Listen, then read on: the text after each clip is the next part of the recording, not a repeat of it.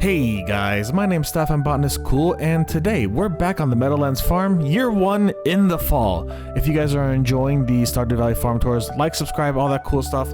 Let's get right on into the tour.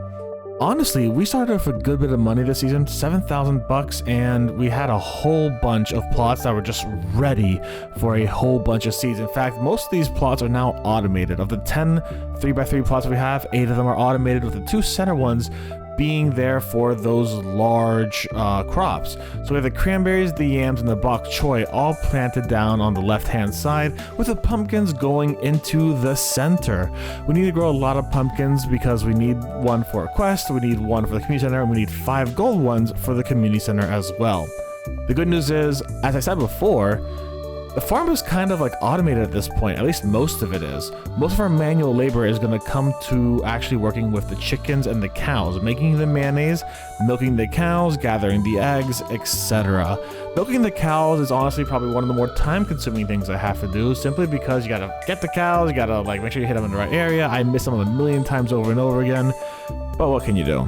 Just down below my farm, I do have this like foresty area, and of course the mushroom cave, which doesn't change too much if I'm being perfectly honest. It just, you know, we have a whole bunch of blueberries in there. Eventually we'll have some cranberries and we'll have some blackberries in there as well. But I wanted to really change that forested area just below my farm for aesthetics sake in all reality. I decided to start working with pathing to do that, but I actually found that the pathing I was making, this wooden pathing here, looked so much better around like the shipping box, and I was like, let's put it there. I really like it.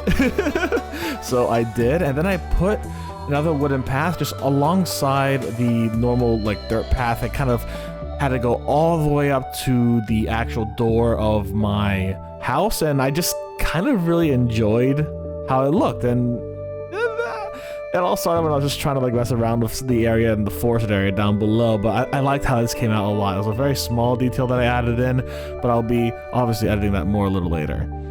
I tried to actually make an actual forest for like tree logging, for mushrooms, etc. So I decided to see if I could go down each row of like 8 trees, and I didn't like that. So instead, I tried making squares of 8 trees, which was a better direction than that like straight line thing, because the straight line just didn't do well. These squares were a much better idea.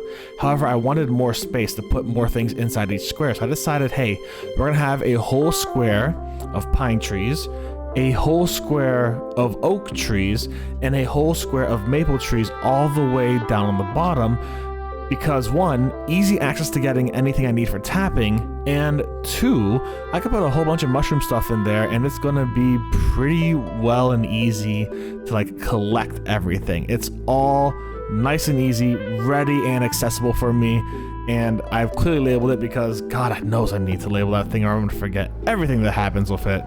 And hey, we just got tree fertilizer. So the next day we go on out, we plant all the pine trees, we plant all the oak trees, and we plant all the maple trees. Now, I'm gonna be honest, at this point in time, I didn't know how tree fertilizer worked. I thought you had to use it every day, but no, you only have to use it once. And for normal trees, it's like 100% chance that for the next couple of days, it's going to grow up a few phases, and then like for the second last phase, it takes like 2 days. So they came up really cool and easy, and nothing was too bad about it. The garden and the farm was growing no problem.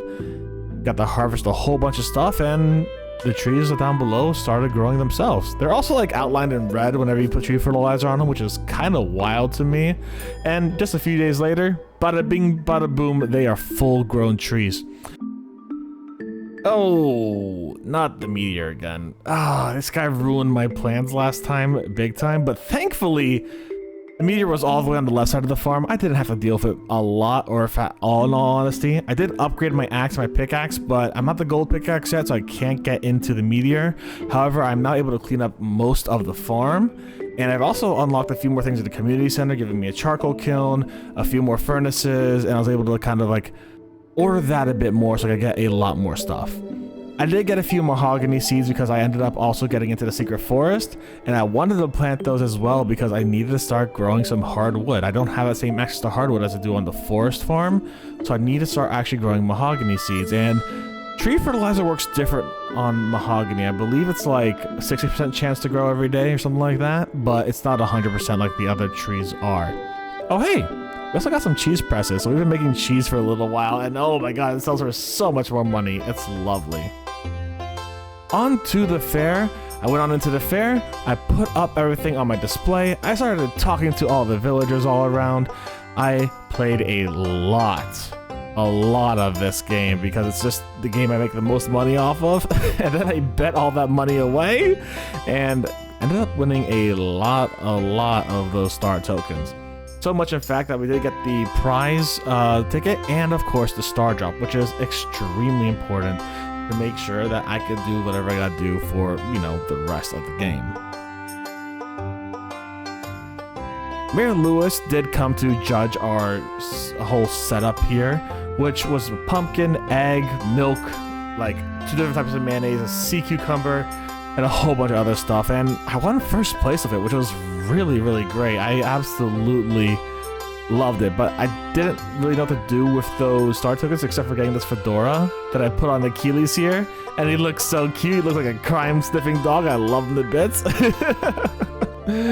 We did complete the boiler room in the community center, which gave us access to all the minecarts finally. Oh my god, it was such a relief just to be able to zoom around town with greater ease. Oh, I loved it. This was the best part of everything. Overall, the biggest change that we had in the actual farm was this forest area down below. The mahogany trees are growing in very well. I've already cut down 1 or 2 at this point, honestly, and oh yeah, we gotta start fixing up those fences real quick. We're doing pretty well with the barn. The barn is actually getting upgraded and we put a heater inside of it, and we are also putting a heater inside the coop because in all reality, winter is coming and we want to make sure to keep our animals nice, safe, and secure. Lastly, again, the mushroom cave pretty much ends up being the same. I am going to be getting a dehydrator recipe, but we'll see how that goes. Thank you guys very much for watching this. I hope you did enjoy the Stardew Valley tour. If you did, make sure to like and subscribe, all that cool stuff. Tell me down below what you think of this farm so far. I really enjoyed making it, and even though it's not my favorite farm because the forest farm is my favorite, I am growing really attached to it. And I think I know where I'm going to put my fruit orchard as well, but I'll show you guys that in the future. Thank y'all for hanging out with me today. I hope y'all had a good one. Y'all stay safe. Stay Botanist Cool. I'll see you soon. Bye, everyone.